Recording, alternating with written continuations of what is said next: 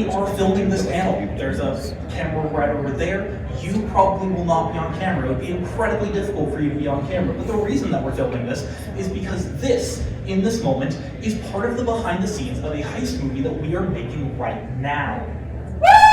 Well, not like right now. That's a different heist movie. I would really love to do a movie called Comic Con Artists. A heist movie set at Comic Con, take advantage of all the parts of what Comic Con is, have the getaway driver have to deal with the bad parking. Who here dealt with bad parking today? I took public transit, so I was good.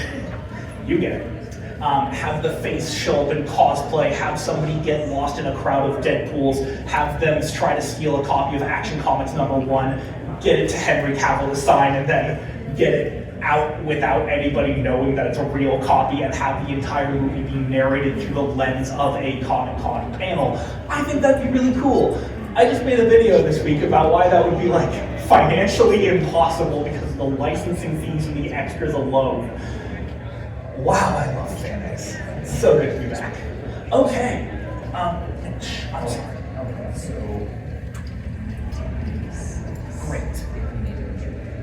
Great. Okay, as for the heist movie that we are making right now, Mitch and I, and soon to be Kylie, she's like walking over right now, are making a heist movie. I'm the writer, director, and producer of Red and Black. My name is Bueller. My pronouns are she, her, or he, him. Mitch, tell us your name, your pronouns, and what you do. Yeah, my name is Mitch Tyler. Pronouns are he, him, and I'm playing Handy Jack, who is the fixer of the crew within our heist in our film. Woo! We are going to get more into Kylie, and we're going to ask her all these questions in a moment. But while Mitch is here, Mitch, what's your favorite heist movie?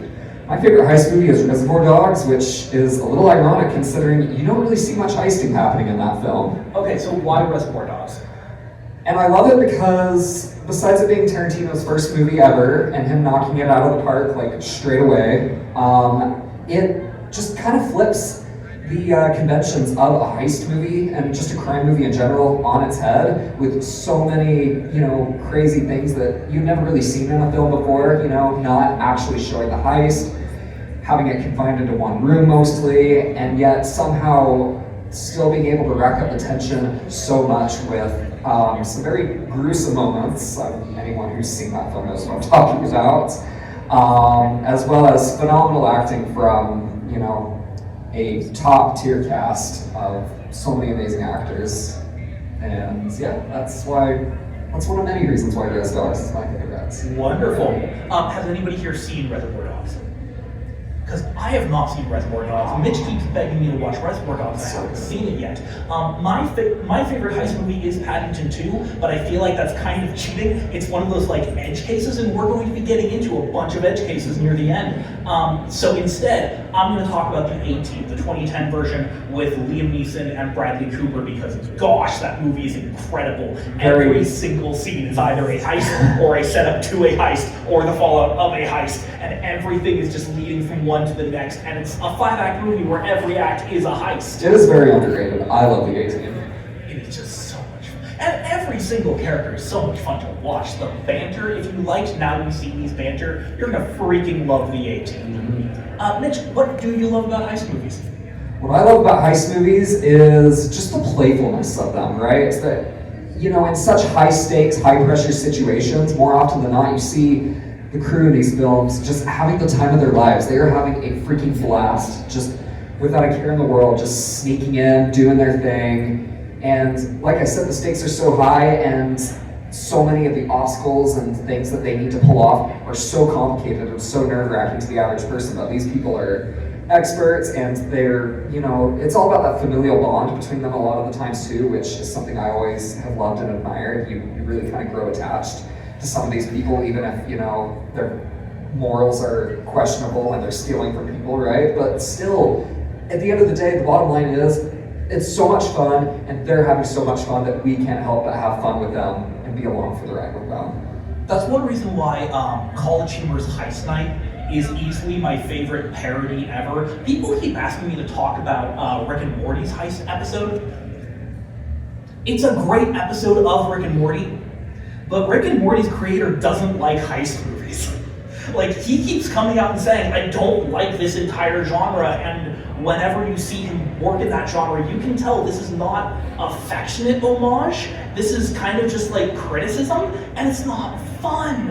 And then you see College Humor take a look at it, and it's friends getting together to do something as a party. It feels more like an escape room. It is just an absolute blast. What are some tropes that you love to see in heist movies? From a technical standpoint, I always love all the various tricks that, the cinematographer and the editor kind of, combine forces to create in the final cut of a heist movie. And namely, what I'm referring to is like split screens and jump cuts and all these other crazy, cuts and edits and things like that are just like a mile a minute, and it just, you're almost trying to keep up with these people because so much is happening all at once, and it is just so exciting to me. I love stuff like that, and if I'm getting my facts right, sometimes that style of filmmaking is referred to as hyperlink, where it's just focusing on so many moments, characters, places, things, events all at once. And so that kind of hyperlink style with a lot of films like that, Steven Soderbergh, who famously directed the Ocean's trilogy and other movies like that, and even in his non-heist, even in films that aren't the Ocean's movies, like Contagion, for example, which focused on a pandemic and is jumping all over the place to various characters all at once. He specializes in the hyperlink style of filmmaking, and that's no exception in his Ocean's trilogy, which I absolutely love. If anybody here has seen Pulp Fiction, that is a great example of like the hyperlink style of filmmaking, of jumping around to all these different storylines. And honestly, that style of filmmaking is why I wanted to start making a heist movie. I woke up from a dream at 2 a.m. I know this is a very biblical way to describe such a frivolous thing. And the dream was just like a bunch of random cool looking shots. And I wrote down all the shots, and then I went back to sleep, and in the morning said, okay, how do I build a plot around having all these shots? Shots like looking down on a poker table and doing a barrel roll so that you could get that really cool spinning effect that Baz Luhrmann and Guy Ritchie really like doing. And then I just built enough of a plot and enough characters around it to say, okay, we can go do cool stuff. We can go do split screens. We can go do crash dudes. And can you think of any good examples of the split screens, the crash dudes? Because what's coming to mind for me is The Bad Guys from DreamWorks from about 2 years ago, and The Naughty Nine, which is a Christmas heist movie about a group of kids breaking into Santa's workshop to steal their presents. It's great. What examples were you thinking of? It's funny, I didn't have a specific example off the top of my head, but I swear the Ocean's films have used those at various points throughout all three of those. All over the place. They're just so stylized, and I love that about them. That's part of what made the Ocean's movies completely revolutionize the entire genre. Yes. The genre didn't do that before 2001. I've been studying the genre really hard over the past couple of years of making this movie. And yeah, they didn't do that before 2001. And all of a sudden, the entire genre, there were glamour heists before Ocean's 11. One of the first heist movies ever was a silent movie called Raffles, where they just glamorized the burglar so freaking hard that he is a member of the English aristocracy. He plays cricket for fun. He is always dressed fancy. Every single woman in this movie wants to be with Raffles, even if it makes no sense in context. And the last line of the movie is the cop who's been chasing Raffles saying, well, I guess you can't help but admire him. They've done this for almost as long as this genre has existed.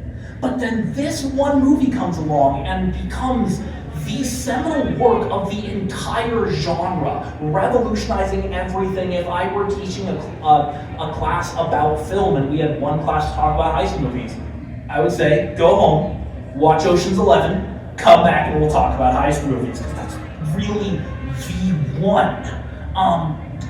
You mentioned on a technical level, yes, all these split screens and crash shoots and all the fun stuff.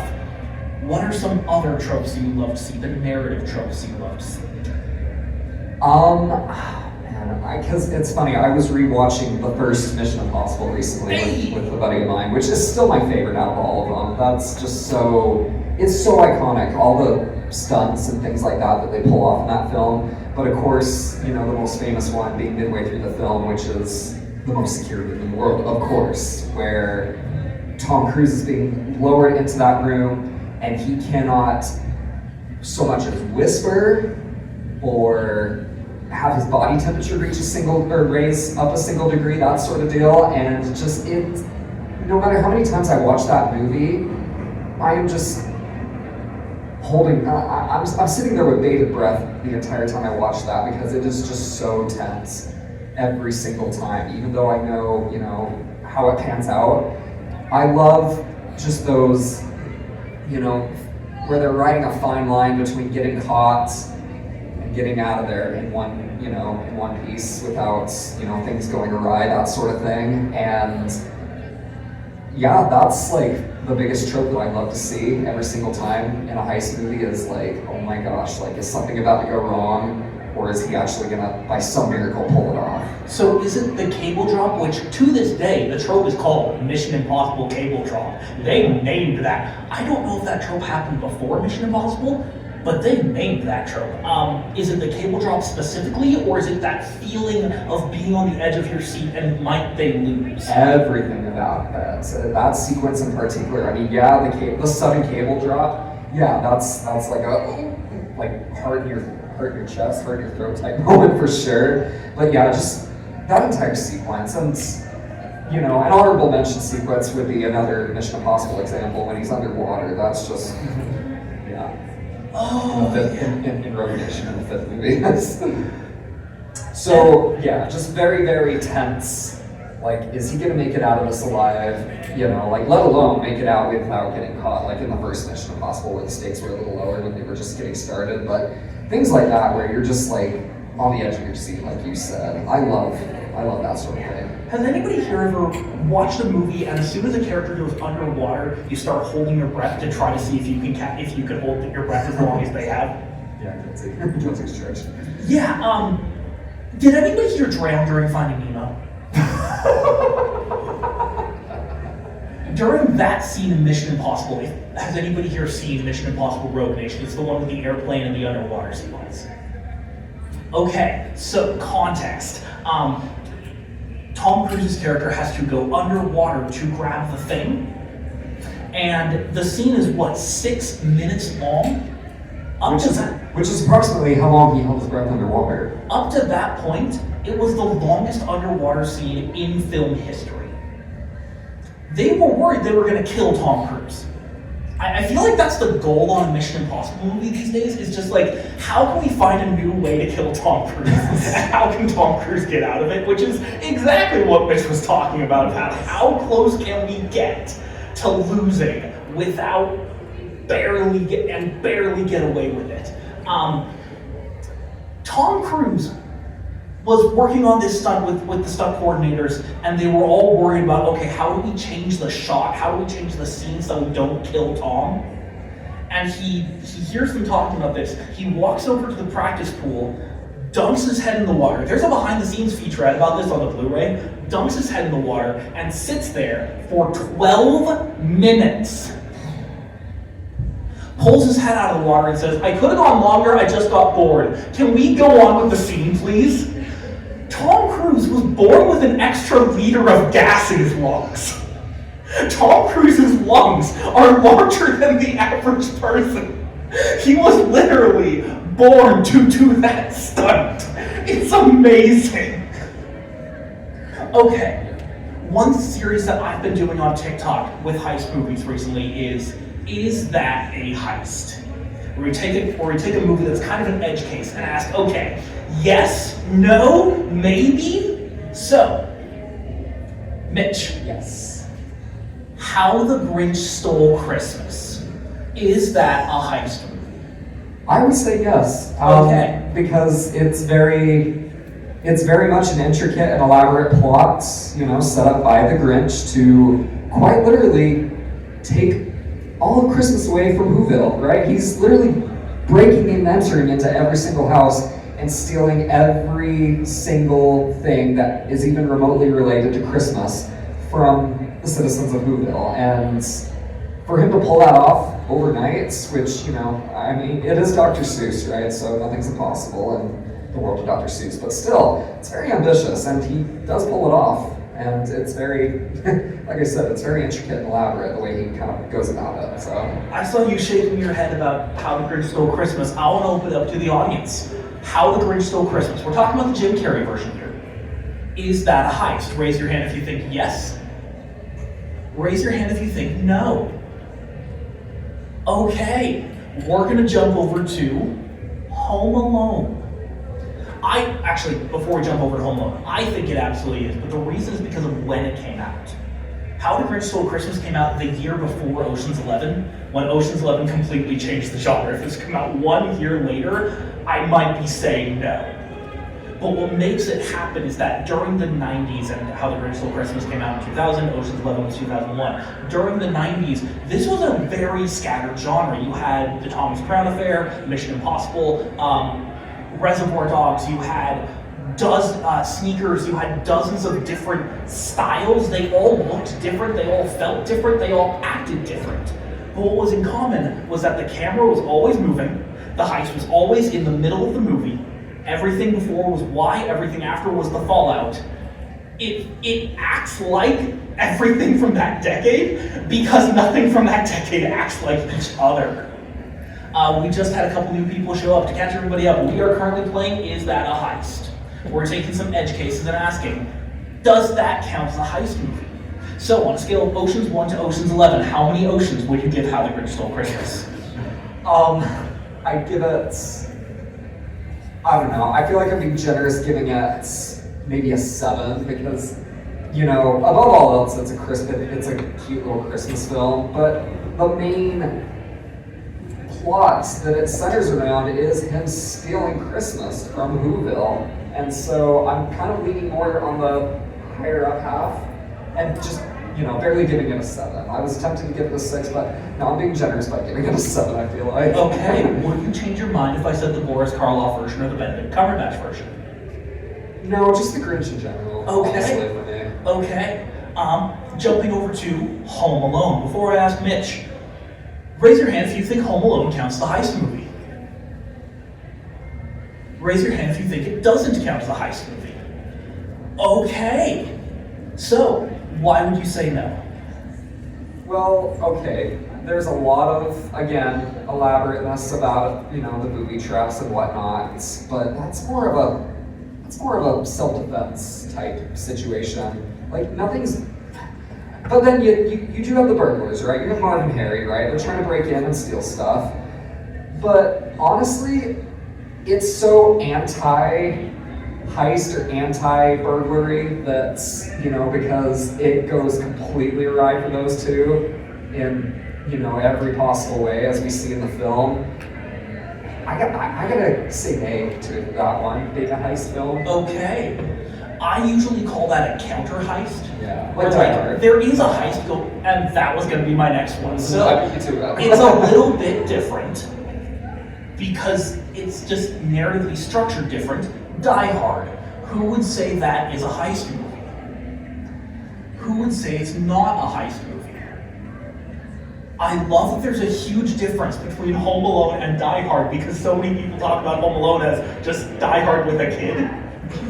But like narratively, they're structured so differently that we had complete opposites on Home Alone and Die Hard. Yeah, I know. Die Hard, what are you thinking? Now, in the case of Die Hard versus Home Alone, right? The reason I say, and it looks like many others agree that Die Hard technically is more of a heist film, is because let's face it, Marv and Harry and Home Alone, they're very amateur. They're by no means experts at this, and it shows, right? They've been doing it for a while, but obviously they're kind of bumbling, and you know they do finally get caught, obviously, and it's all that nonsense. But anyway, with Die Hard, you can at least tell that these guys are very, very hardened, very refined, you know, world-class criminals that have really kind of thought this plan out for a very long time.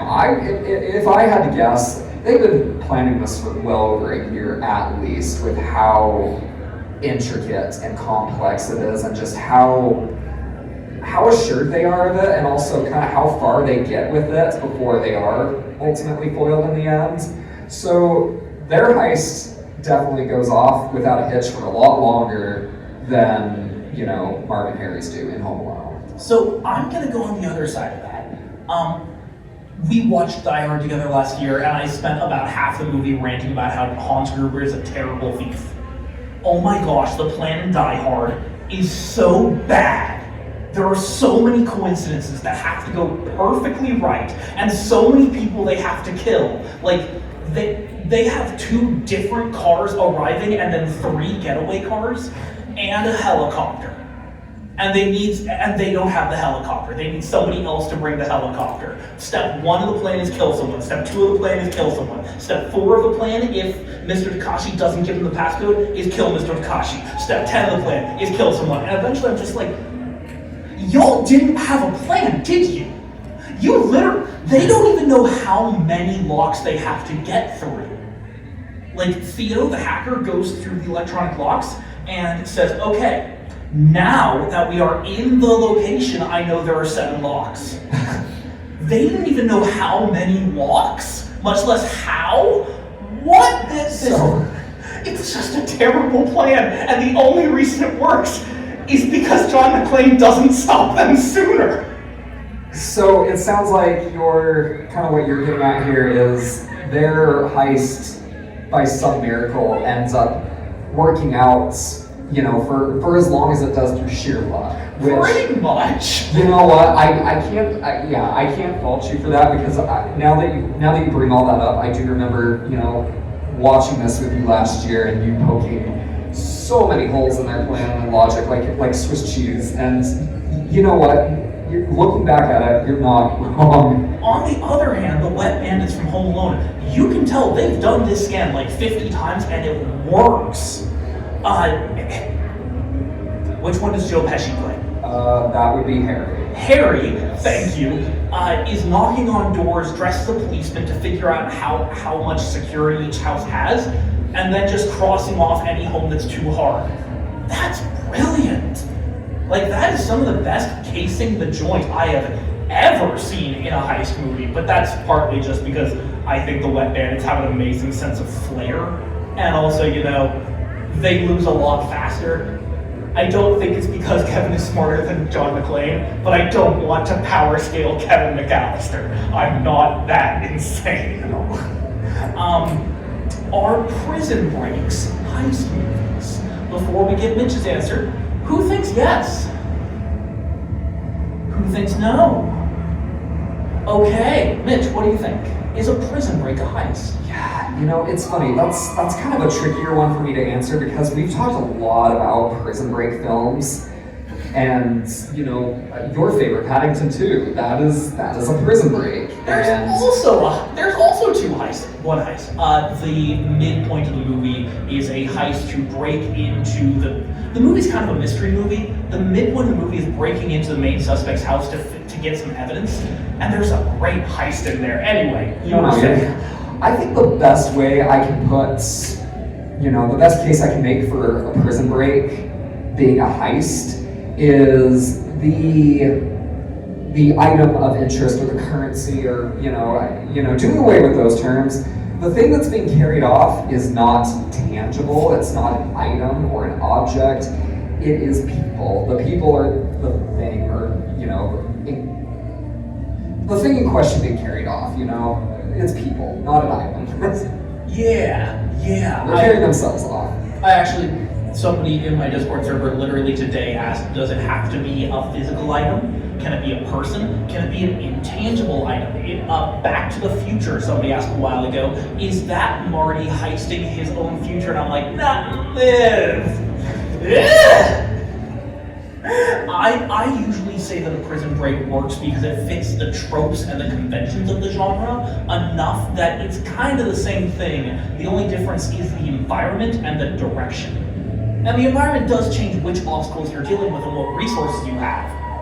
But the direction is the main thing that a lot of people say, no, that doesn't count. If you are breaking yourself out, you know what, that is entirely fair. But if you do count Prison Breaks as heist movies, then Finding Nemo counts, and Toy Story 3 counts, and Toy Story 2 kind of counts. Speaking of which, rescue missions.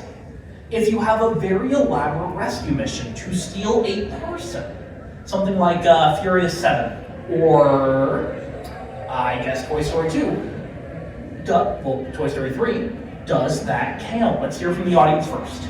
Yes? Raise your hand. Rescue missions. No. Raise your hand. Mitch, raise your hand. I don't know whether that's a yes or no. Okay, what are you thinking about rescue missions? Yeah, again, going back to what I was saying about prison breaks and whatnot, if they're, you know, the term heist is, I feel,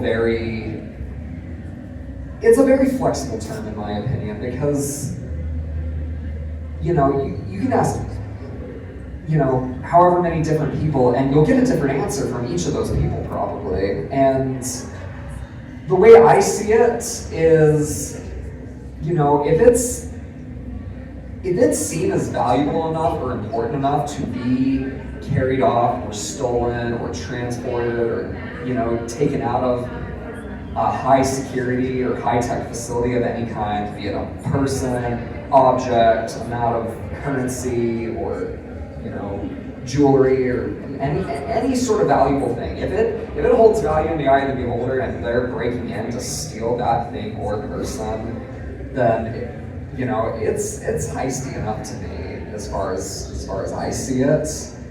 I don't know. That was a really loaded answer. Which brings me to the really edge cases. Indiana Jones. Let's go to the audience first. Who thinks that Indiana Jones would count as a heist movie? Which one? Yeah, that's a great question. It's been a while since I've seen any of these. Is there one that I should be, like Raiders of the Lost Ark is the one that's coming to mind for me? Well, yeah, I sure. see a hand. Please talk loud. I've heard it. Number one. Okay, we're going with Raiders of the Lost Ark then. Who thinks Raiders of the Lost Ark counts as a heist movie? Wonderful. Who does not think Raiders of the Lost Ark counts as a heist movie? Mitch, what are you thinking?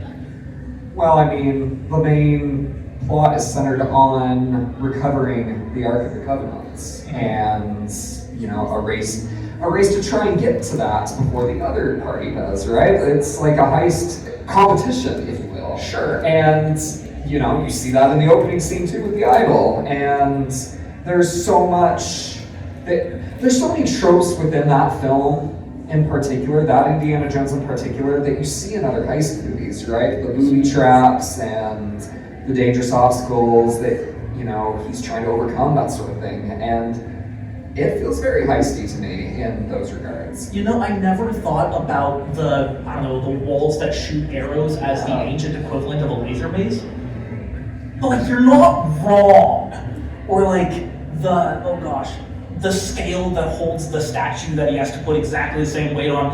Yeah, that feels like something that would happen in Mission Impossible or Fast and Furious. I never thought about it like that. See, I usually just think of this as like a genre, as a collection of tropes and expectations. And I feel like if I said, hey, do you want to watch a heist movie? And then you came over and saw Raiders of the Lost Ark, you would think that is not what I came here for. But that was still awesome. We're going to get really far into the does that technically count? The Hobbit. Let's start with the audience. Anybody think yes? Anybody think no? Okay, Mitch, what are you thinking? No. Okay. Are you resounding no for me on the Hobbit? Can you give any more words on that? Because I don't see a meaningful distinction between Indiana Jones and the Hobbit here, but maybe you're thinking it's about the obstacles inside the temple and how Smaug's lair doesn't really have obstacles in that way. Yeah, exactly. That's kind of where my thinking is with that. And also, if there's a strong enough emphasis on some sort of heist or something being, retrieved or recovered from, a secure place or facility, then, going back to, digressing back to Die Hard real quick, right? Yes. The age-old argument, is it a Christmas movie, is it not? Well, it's set during Christmas, but, it's like, is the main plot centered around the fact that it's Christmas? Some people would say yes, others would say no. And then you can make the same argument for so many films that do contain heists in them, but they aren't the main, focus or plot point. Same thing applies to The Hobbit, right? There's not near enough focus on that aspect of it. It's very much rooted in fantasy, and it is a fantastical film. That's how I feel about that film and all the Lord of the Rings, and yeah, there's just no heisty elements to it. At least not many strong ones to it, as far as I'm concerned. Okay. So, is The Hobbit a road trip movie? That is not the topic. Actually, real quick, I am curious. Who thinks The Hobbit counts as a road trip movie? Because I certainly do. Who thinks it does not count as a road trip movie?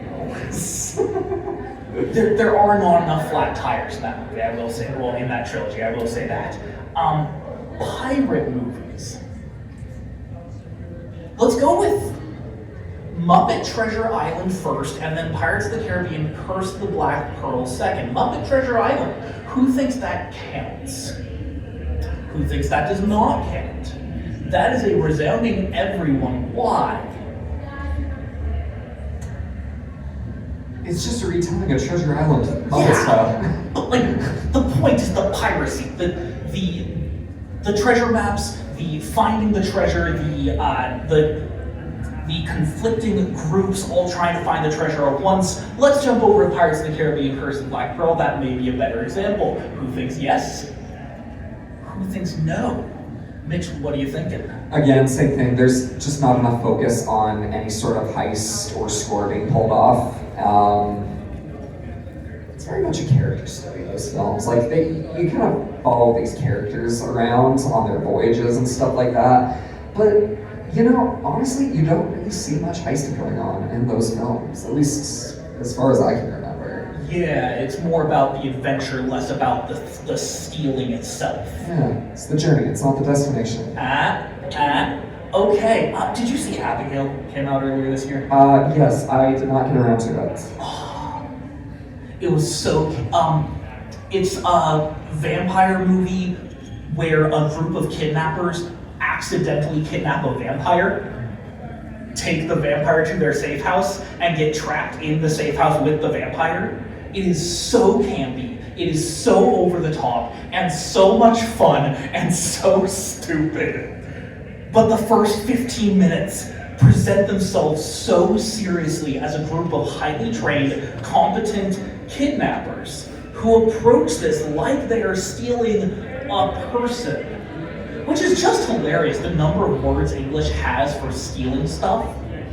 Like, if you steal a person, that's kidnapping.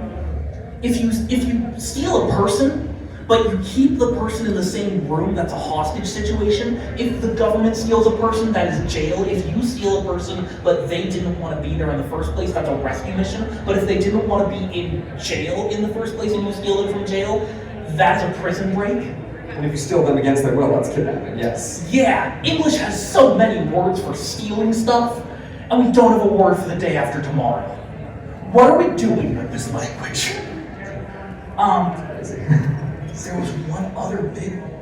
Oh, Abigail was the last one that I had. I asked you earlier to come up with some edge cases. Yes. Did you think of any? Well, yeah, mostly, because my mind was mostly thinking on, prison breaks and things like that. So, it's funny, the specific example I came up with was Chicken Run, because that was a prison break, which was inspired by one of the most famous prison break movies ever, The Great Escape. Didn't Michael Caine play in that? Nope, I'm thinking No, that... like 5 different movies Michael Caine. Michael Caine played in like 40 heist movies over his career. I say played in past tense because he has finally retired. The man is in his 90s. Congratulations, that man has lived a long and happy life. Oh yeah, he's like that. Oh yeah. We have about 5 minutes left. Do any audience members have questions? If not, I'm going to ask a couple of questions more from Mitch, but first, I want to ask y'all, do you have questions? Cool, okay, Mitch, what's an underrated heist movie? One that you think no one in this room has seen, but you think everyone in this room should see? Well, when you put it like that, I have the perfect answer for that, and that film is called Victoria. I was hoping you would say Victoria. Oh. Like, I phrased the question, hoping for Victoria. So, okay, a little background on this little known film, Victoria, that came out about 10 years ago now, like around 2015. This film is a 2.5 hour ordeal concerning a woman who, I believe she's in Germany, some country over in Europe, and she hasn't been living there long, and she gets roped into a bank heist with these group of guys that she kind of spends the film's runtime roaming the streets with over in the very early hours of the morning in Germany, I believe. And what makes this film so incredible and impactful is the fact that it was filmed in an entire single take. It is one long, unbroken 2.5 hour long shot. There are no cuts, it's not like Birdman where, they film 10-minute segments and then they hide the cuts in post-production. No, this is a 2.5 hour long take from start to finish. So what I'm hearing is they hit record, they said rolling, and then 2.5 hours later they called cut, and they used that take. Yes. Wow. And it is absolutely phenomenal and almost miraculous that they were able to pull this off the way they did. And that approach to that film just keeps you hooked, it keeps you invested, and you are quite literally along for the ride, along for the journey with these characters, because you are seeing everything through their eyes in real time, experiencing everything that happens to them within that 2.5 hour time slot. And by the end of it, just the emotions, just the roller coaster of the highs and the lows that they go through in this film. And by the end of it, you are just like, at least that was my experience. I just sat there just stunned at what had transpired. It was a very, very intense, wild ride that does not give you any time or room to breathe until it cuts to black, and it's absolutely phenomenal. That's incredible. How many takes did they do? They, Russian Ark did the same thing. It was 3 hours that covered 300 years of Russian history in one shot across 30 different rooms. They did 10 takes and then said, we're done. How many takes did they do on Victoria, do you know? Yes, it took them 3 takes. The first two, I think the director described the first take as them being too cautious to, really go for it out of fear of making mistakes. And then the second time, they felt more comfortable, but it felt more rushed and deliberate and didn't quite work. So right before they got ready to film the third take, the director was like, listen guys, I do have a plan prepared to just do it Birdman style, film 10-minute segments and then hide the edits in post. This third take, it's our last shot because that's all the budget has allotted us, and if we can't pull it off, then we're gonna have to fall back on the Birdman style, and I'm really hoping we don't have to do that. So he gave him kind of a pep talk of sorts, saying, hey, look, third time's the charm, we're gonna get it this time, and by some miracle or the grace of God or whatever, they did it, they pulled it off. We are flat out of time. I'm going to take 5 seconds to recommend Paddington 2. You do not have to see the first one. It might be the best movie ever made, period. It is. It's so good. And everybody's life would be a lot better if you watched Paddington 2 once. It will make you a happier, kinder person. Now, one last plug. You can hear me talking more about heist movies on TikTok at Movies and Heists, on YouTube at Movies and Heists, on Patreon at Movies and Heists, where I do a lot of free content and some $1 content. There's my plug. Thank you so much, Mitch. Thank you so much, audience. Have a wonderful FanX. Thank you all so much.